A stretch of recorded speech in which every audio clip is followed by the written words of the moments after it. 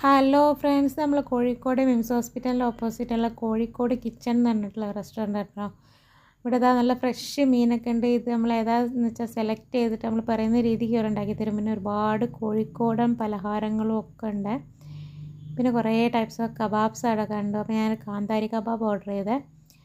അപ്പം നല്ല സ്പൈസി ആയിട്ടുള്ള കബാബായിരുന്നു, നല്ല ടേസ്റ്റ് ഉണ്ടായിരുന്നു. അങ്ങനെ ഞാൻ അതിൻ്റെ കൂടെ ഒരു കോഫി വാങ്ങി. കോഫി പെട്ടെന്ന് കുടിച്ച് തീർന്നു കേട്ടോ. കാന്താരി കബാബ് നല്ല ചൂടുള്ള കോഫി, നല്ല കോമ്പിനേഷൻ ആയിരുന്നു.